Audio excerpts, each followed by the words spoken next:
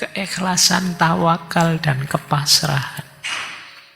Itu membuat orang kuat. Kalau orang sudah seperti ini, vibrasinya akan luar biasa, pengaruhnya juga akan luar biasa.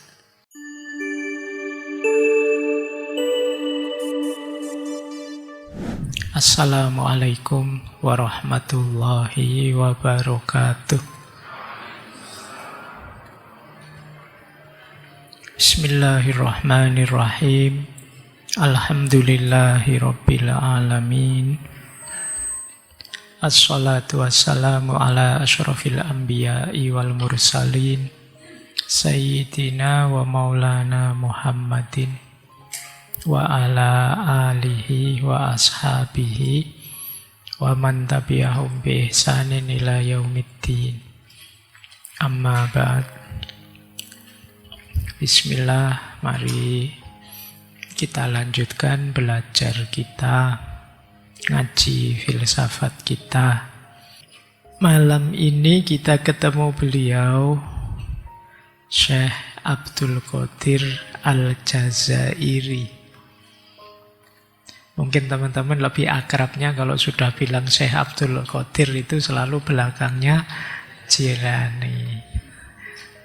Tapi malam ini bukan itu, bukan beliau yang kita bahas, tapi Syekh Abdul Qadir Al-Jazairi.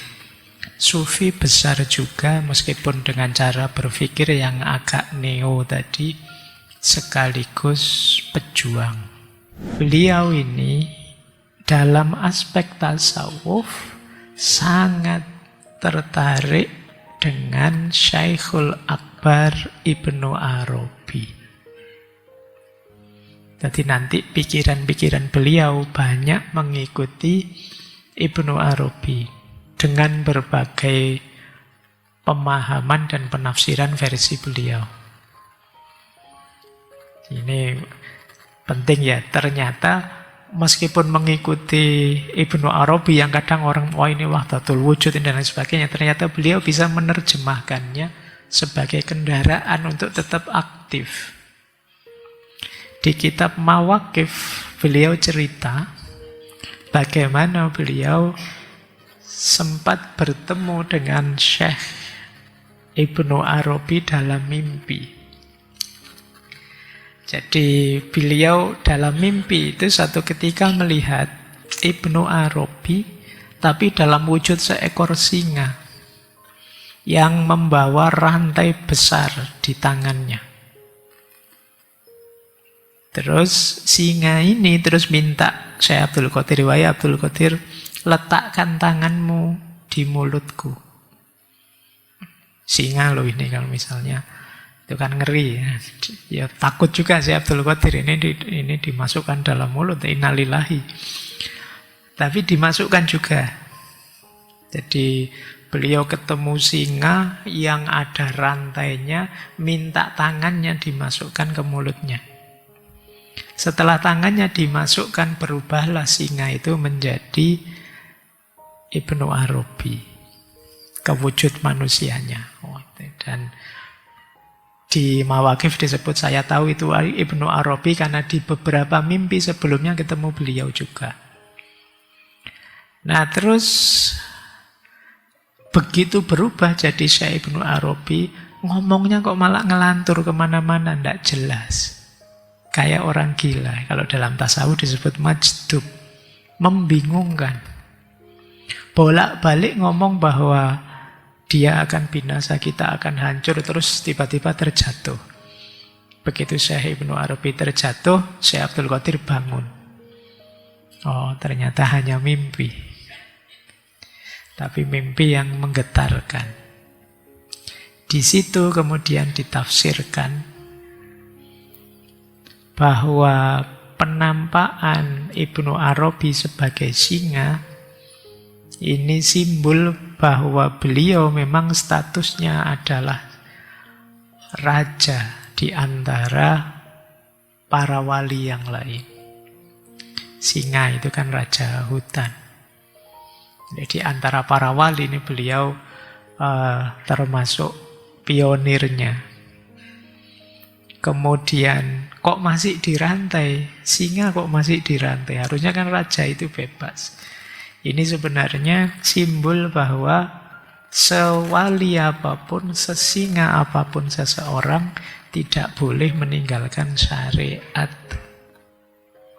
Jadi harus tetap berpedoman pada syariat. Makanya tidak boleh lepas kendali. Masih ada rantainya. Terus tangannya Syekh Abdul Qadir diminta dimasukkan ke mulutnya singa. Ini sebenarnya isyarat dari Ibnu Arabi untuk bahwa engkau, aku beri izin mengikutiku. Jadi ada keterkaitan antara Syekh dengan Ibnu Arabi. Terus setelah tangannya dimasukkan, berubah jadi Ibnu Arabi yang asli. Tapi ngomongnya ngelantur kemana-mana. Ngomong tentang kehancuran, ngomong kebinasaan. Kata Syekh Abdul Qadir, ini sebenarnya gambaran tentang situasi saat itu. Situasi sedang kacau, umat bingung, perubahan-perubahan besar terjadi, banyak yang tersesatkan. Jadi makanya terus disimbolkan dengan ngomong yang ngelantur kemana-mana. Sampai kemudian jatuh Syekh Ibnu Arabi ini. Ini menurut Syekh Abdul Qadir ini betapa sedihnya beliau, betapa prihatinnya beliau tentang kondisi yang membingungkan, yang penuh kesesatan tadi. Berarti mimpi tadi menurut Syekh Abdul Qadir isyarat agar Syekh Abdul Qadir yuk ikut berkontribusi. Ikut turun tangan mengatasi kebingungan, ketersesatan umat dan lain sebagainya. Ya, ini kalau orang yang dekat dengan Allah itu nafsir mimpinya detail. Mimpinya juga ingat. Saya tidak tahu teman-teman masih sering mimpi apa enggak? Kamu hari-hari ini tidak mikir ya mimpimu apa gitu. Ayo. Kalau orang-orang soleh itu di antara cara Allah berkomunikasi dengan dia itu melalui ar-ru'ya as-solihah. Mimpi yang benar. Nah, kalau kalian ingin dapat mimpi-mimpi yang jernih, yang benar, ya harus soleh dulu. Nah, saya yakin kalian seperti saya, ngimpinya sih ngaco. Jadi ngimpinya tidak tertib, tidak karu-karuan sudah. Kalau orang Jawa dulu bahkan ada rumusnya, ngimpinya jam berapa? Kalau jam sekian itu bunga tidur saja, kalau jam sekian itu. Cuma ya kalau kita ngimpi apa ya tahu ya jam berapa mimpinya. Berarti mimpi terus bangun, mungkin maksudnya begitu. Ada istilah puspo tajem. Puspo tajem itu mimpi yang ya itu nanti yang akan terjadi kenyataannya, isyarat. Kalau di Islam kan yang terkenal menafsir mimpi Nabi Yusuf di antara kemukjizatan beliau. Baik, ya karena pikiran-pikiran kita sekarang banyak keruhnya, banyak jernihnya, sehingga mimpi kita juga agak ngaco. Isinya macam-macam. Baik, ini ya, sekarang kita mulai masuk ke kitab-kitab beliau tadi, Mawaqif. Ini yang paling terkenal. Jadi kitab ini ditulis tadi ya, di Damaskus, Suriah, setelah beliau berjuang melawan kemudian diasingkan. Menariknya kitab ini itu ditulis secara spontan. Meskipun yang menulis murid-murid beliau ya. Jadi beliau bicara saja apa terus ditulis oleh muridnya. Cuma ya spontanitas seorang aulia itu tentu saja isinya ya sangat berkualitas. Jadi judulnya Mawaqif, nanti ada beberapa kitab yang judulnya Mawaqif. Ini dari beliau salah satunya. Mawaqif itu stasiun perhentian. Jadi dalam tasawuf itu, orang ini kan menempuh perjalanan dari makom ke makom. Dari ahwal ke ahwal. Ahwal itu kondisi jiwa. Kalau makom itu tangga-tangga yang harus didaki. Nah, perhentian antar makom inilah nanti namanya mauqif. Mauqif yang banyak jamaknya mawaqif. Nah, judulnya mawaqif, kitabnya agak tebal. Meskipun ini inspirasinya muncul, jadi satu ketika ada tamu mengajak anaknya. Jadi tamu ini terus setelah ngobrol-ngobrol, anaknya pamit duluan. Ketika anaknya pamit duluan, ayahnya bilang, Allahumma ak, semoga Allah senantiasa bersamamu. Setelah ayahnya bilang begini, Syekh Abdul Qadir terus tiba-tiba menjelaskan makna filosofi kedalaman surat Al-Hadid ayat 4 itu, Allahumma akum aina ma kuntum. Allah bersamamu dimanapun engkau berada. Penjelasannya panjang dan indah sekali. Jadi ada orang ngomong, tiba-tiba muncul saja kalimat-kalimat dari beliau. Nah, ini yang hadir saat itu termasuk murid-murid beliau terpesona. Akhirnya usul Syekh, bagaimana kalau yang panjenengan sampaikan kita tulis dan diizinkan. Setelah itu berturut-turut beliau menjelaskan, muridnya mencatat. Ya, itu Al-Mawaqif. Kitab ini terdiri dari 372 mauqif. Jadi ada yang modelnya diawali ayat-ayat Al-Quran terus ditafsirkan. Ada yang awalnya hadis-hadis Nabi terus disyarahi. Kemudian ada mauqif-mauqif khusus yang isinya jawaban-jawaban pertanyaan yang berhubungan dengan kitab Futuhat Makkiyahnya Ibnu Arabi. Nah, silakan kalian cari ya. Kemudian ada mauqif yang berisi syarah penjelasan beberapa bab kitab Fususul Hikam. Kemudian ada juga mauqif yang isinya penjelasan pengalaman spiritual beliau.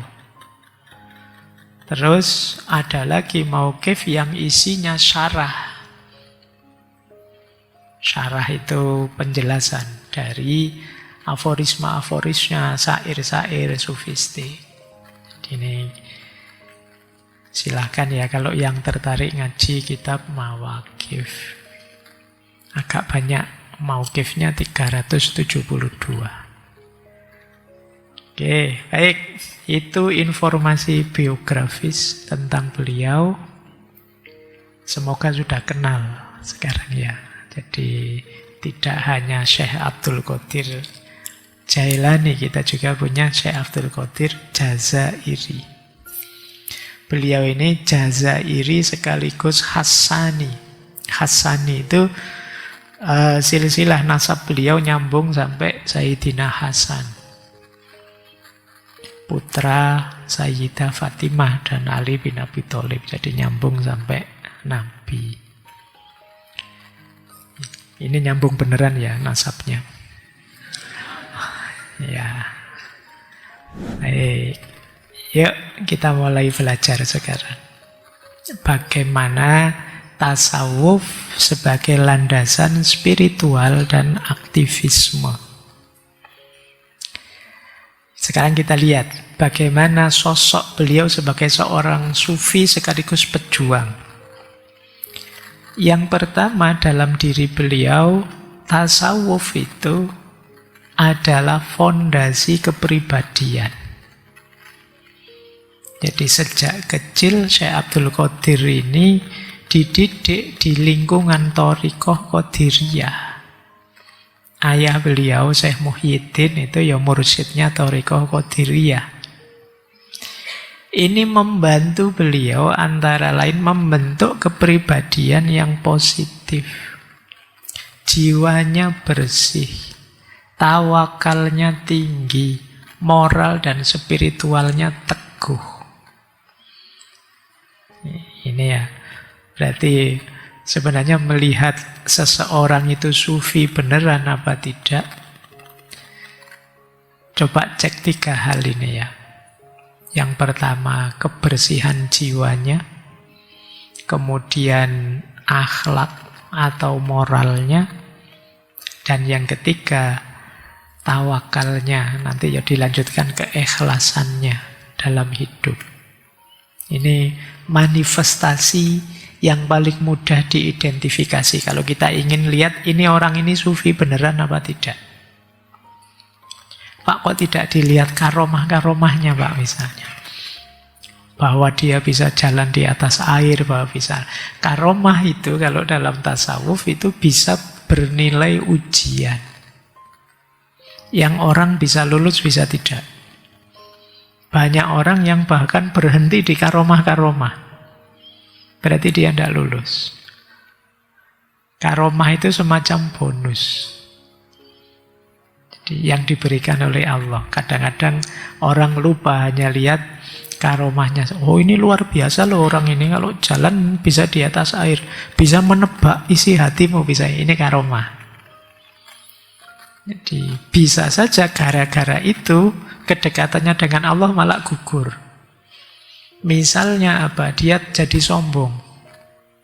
Dia jadi merasa lebih dari yang lain, apalagi terus merendahkan yang lain. Jadi jangan dikira anugerah dari Allah itu nilainya semata-mata kenikmatan. Ada kalanya anugerah dari Allah itu bernilai ujian. Yang harusnya dengan anugerah itu kita tambah dekat dengan Allah, tapi begitu salah kelola, bisa saja membuat kita tambah jauh dari Allah. Dianugerahi kaya, dianugerahi jabatan, dianugerahi nilai tinggi, dianugerahi capaian ini, capaian itu kadang-kadang justru blunder. Kalau dihubungkan, dilihat dari aspek kedekatan kita dengan Allah. Maka kalau melihat sosok beliau, Syekh Abdul Qadir Al-Jazairi ini, kesufian beliau bisa kita lihat dari yang pertama kebersihan jiwanya, yang kedua akhlak dan spiritualitasnya, dan yang ketiga keikhlasannya, tawakalnya. Kalau orang sudah seperti ini, vibrasinya akan luar biasa, pengaruhnya juga akan luar biasa. Itulah kenapa oleh para pendukung dan pengikutnya beliau terus dibaiat jadi amir. Semua percaya pada beliau. Tidak harus pakai kampanye-kampanye, tidak harus pakai janji ini, janji itu. Melihat saja orang langsung percaya. Kenapa? Sudah teruji kualitasnya. Padahal beliau itu kan baru kembali dari Mekah Madinah. Tapi orang bisa merasakan langsung kebaikannya. Bahkan tadi kan banyak cerita. Sampai musuh-musuh beliau pun kagum dengan kebaikan hati beliau. Jadi di aspek ini berarti ya kesufiannya seseorang itu lebih mudah dilihat dari hal-hal ini. Jadi tidak bahkan dilihat, kadang-kadang kita keliru. Ada orang yang bisa menceramahkan tasawuf, kita anggap dia sufi. Nggak. Kayak saya ini jangan dianggap sufi loh ya. Nanti kamu menganggap saya gurumu, bahaya. Jadi ya posisi saya di depan kalian, kita teman belajar saja ya. Saya murid, kalian murid. Nah, kadang-kadang kan sesama murid itu perlu belajar bersama. Nah, malam hari ini kita sedang belajar bersama. Baik. Jadi yang pertama itu, tasawuf itu manifestasinya yang paling kelihatan adalah kepribadian. Dan ini ditampakkan dengan sangat jelas oleh beliau. Yang kedua, tasawuf itu aktif. Bukan lari dari dunia. Ini kemarin di Fazlur Rahman, juga minggu lalu juga dijelaskan bahwa Sufi itu bukan berarti lari dari dunia. Justru dengan kapasitas kesufiannya, dia bisa mengelola dunia dengan lebih baik. Contohnya itu analoginya ya.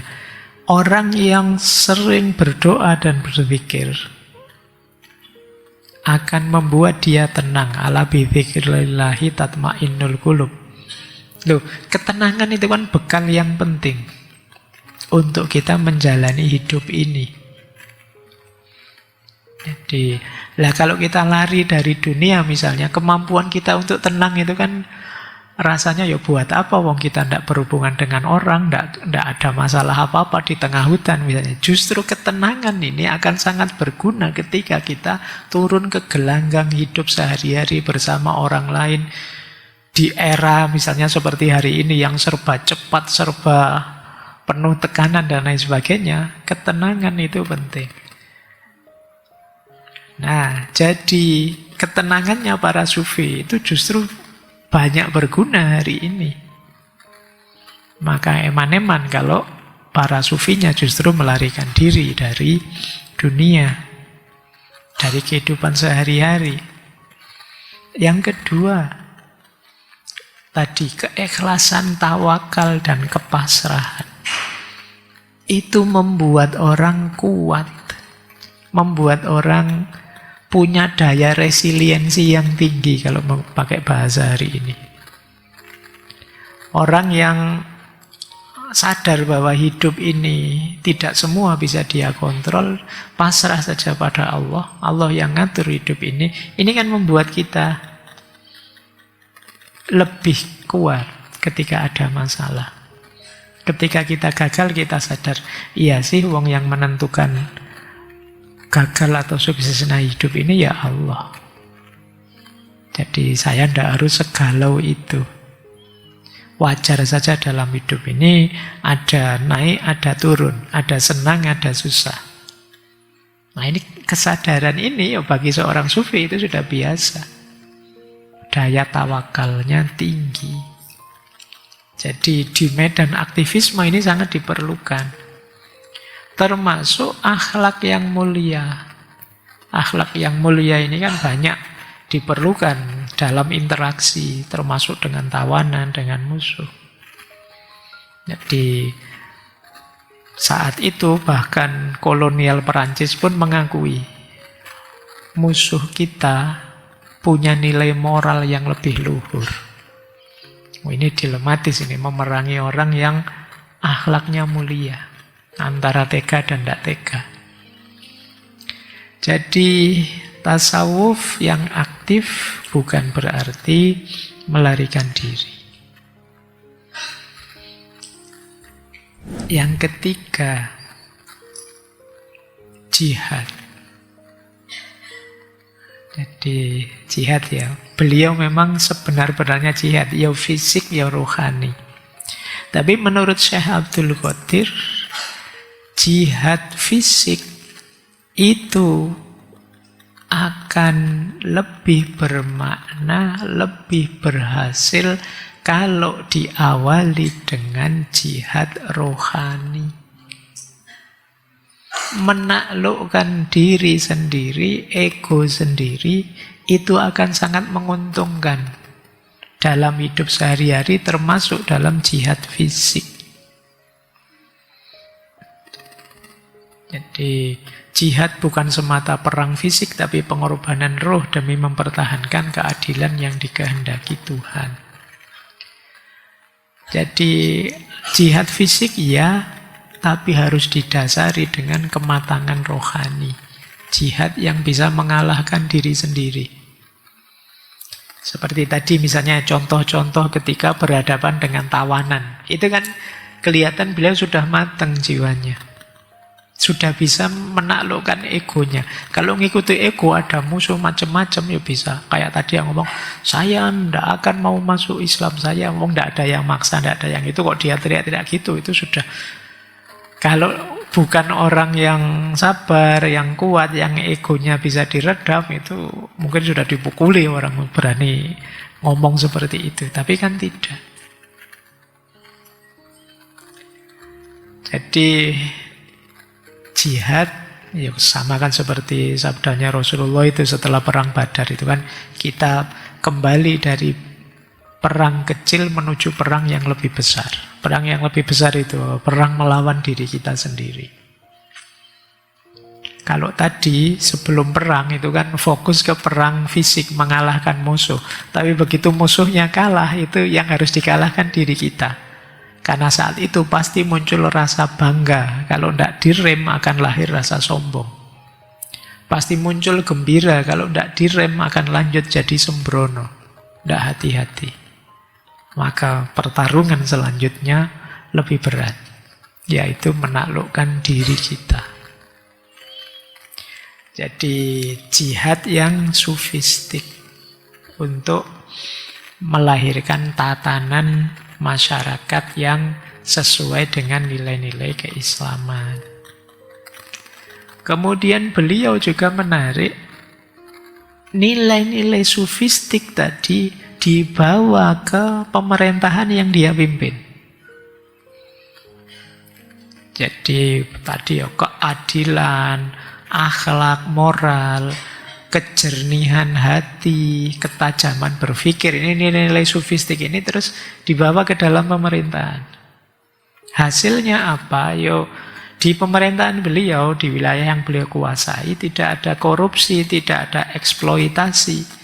Dasarnya bukan aturan, tapi kesadaran dan rasa takut pada Allah, juga rasa malu pada Allah.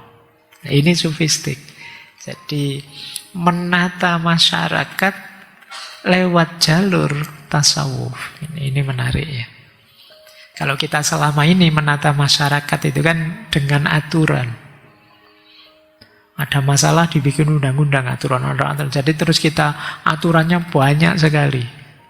Padahal katanya aturan itu ya dibikin untuk dilanggar. Jadi kita pontang-panting sendiri karena kita terus merasa terpenjara sendiri oleh aturan yang kita bikin. Kenapa begitu? Ya karena tidak diawali dari kesadaran. Nah, sementara lewat jalur tasawuf ini diawali dari kesadaran kita ini hamba Tuhan. Kita ini punya amanat kekhalifahan. Kita ini punya tugas dan tanggung jawab. Jadi tidak korupsi bukan karena takut dihukum, takut ditangkap KPK, tapi karena sudah sadar. Jadi, karena kalau dasarnya hanya takut ditangkap, takut dihukum, ya nanti kalau ada jalan yang bisa tidak tertangkap, tidak terhukum, kalian akan tetap korupsi. Maka proyek-proyek penyadaran versi beliau itu mungkin sekali-sekali teman-teman boleh diteliti deh gimana sih caranya. Lewat jalur etik, lewat jalur pembentukan kesadaran, pembentukan karakternya. Apalagi kalau dalam tasawuf itu ada haya. Makom tinggi namanya haya, itu rasa malu. Malunya bukan sama manusia, malunya sama Allah. Kalau malu sama manusia, itu gampang, kalian sembunyi tidak ketahuan, selesai.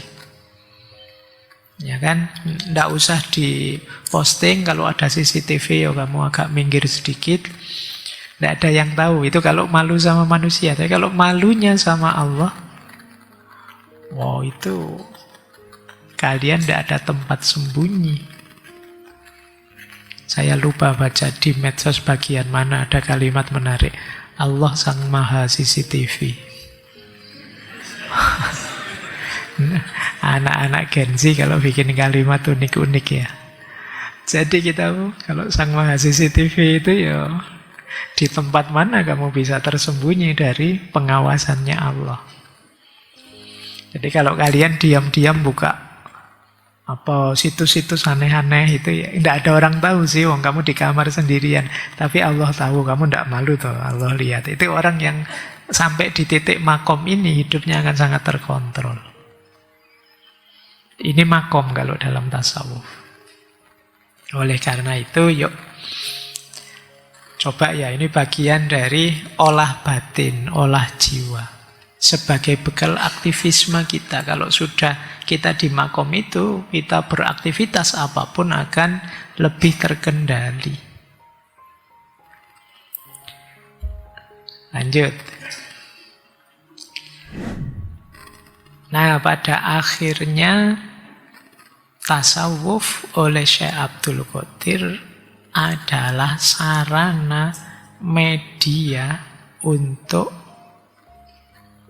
menjalankan amanat kekhalifahan dari Allah. Jadi tasawuf tidak sekedar jalan untuk kita dekat dengan Allah, titik. Tapi kalau sudah dekat dengan Allah, itulah titik awal kita untuk memberi kontribusi kemanfaatan kepada masyarakat sekitar. Logikanya sama, ketika kita sudah menaklukkan ego, saatnya kita berkontribusi kepada sekeliling kita yang positif.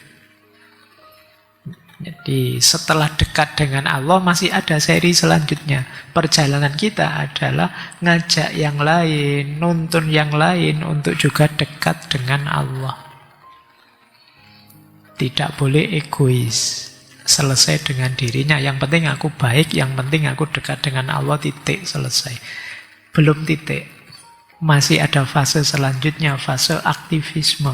Lah kebaikanmu itu gunanya apa untuk yang lain? Kalau hubungan kita dengan Allah sudah beres, saatnya sekarang kita mulai memperbaiki hubungan kita dengan sesama, dengan semesta. Itulah kenapa nanti beliau terus menegaskan diri jadi seorang pemimpin, jadi sufi yang sekaligus pemimpin. Ternyata juga sukses, berhasil. Beliau dikenal sebagai tipe ideal sufi modern yang tangguh di medan perang, tapi lembut adab dan rohaninya, adil dalam memimpin, sekaligus bijak menghadapi perbedaan. Oh, ini 4 kualifikasi ini luar biasa kalau ada. Yo nanti calon presiden yang akan datang, cari yang ini ya. Tangguh, kuat di medan, di arena pertempuran, arena manapun, tapi lembut adabnya dan rohaninya. Adil kalau mimpin, bijak kalau menghadapi perbedaan. Saya tidak tahu hari ini masih ada apa tidak. Ya di film-film ada ya.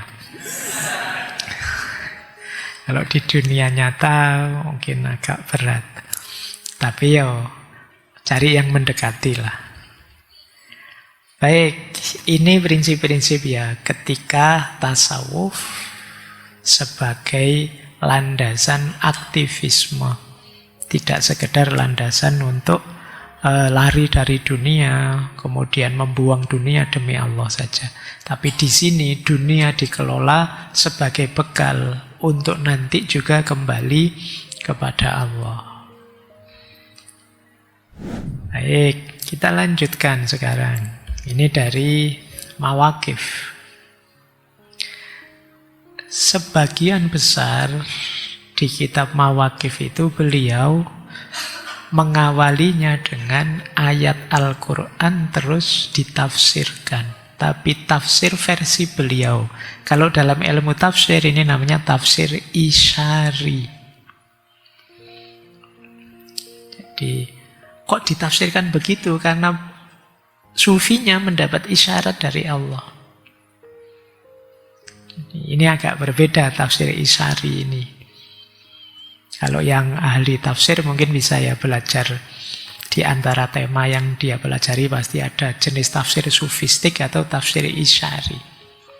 Jadi tafsir isyari itu dasarnya adalah isyarat-isyarat petunjuk dari Allah langsung dalam dirinya. Jadi bukan kreasi akal atau formalitas kebahasaannya. Jadi bukan kebahasaan, logika atau retorikanya. Tapi melalui komunikasi langsung, melalui kasyaf.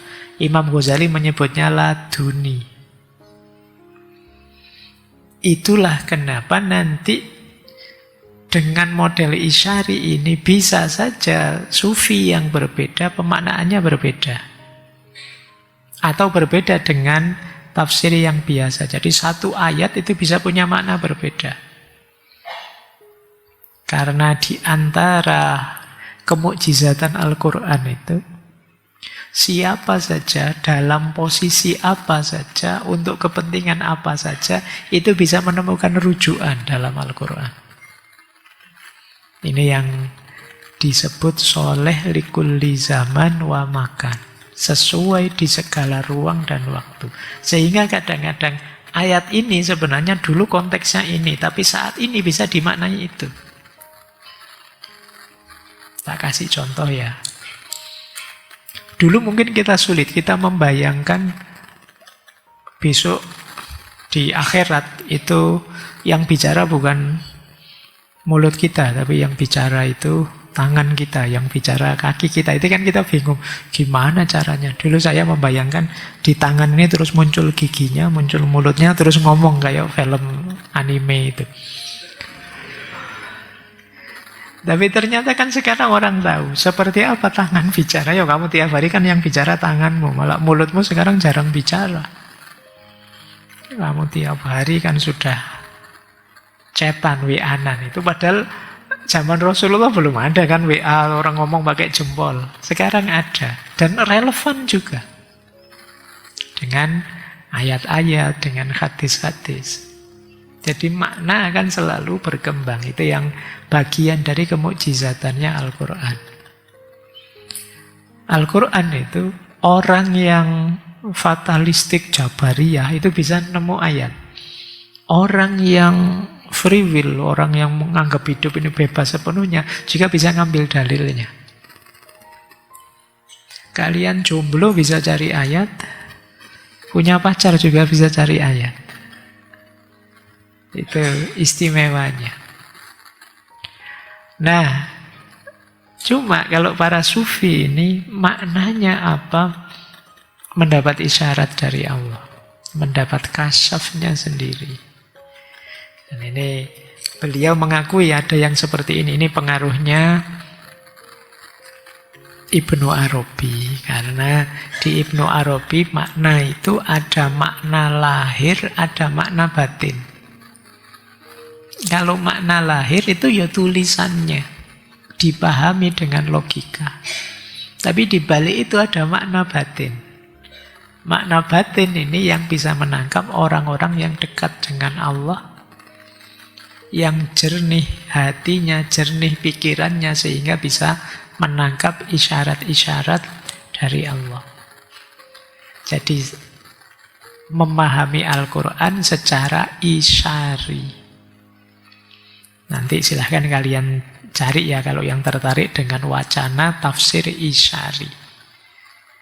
Tafsir yang hanya para sufi yang dapat isyarat. Kadang-kadang ayatnya bunyinya matahari sih, tapi terus seorang sufi menangkap ini sebenarnya yang dimaksud oleh Allah matahari ini bukan kok matahari itu, tapi yang dimaksud Rasulullah Nabi Muhammad.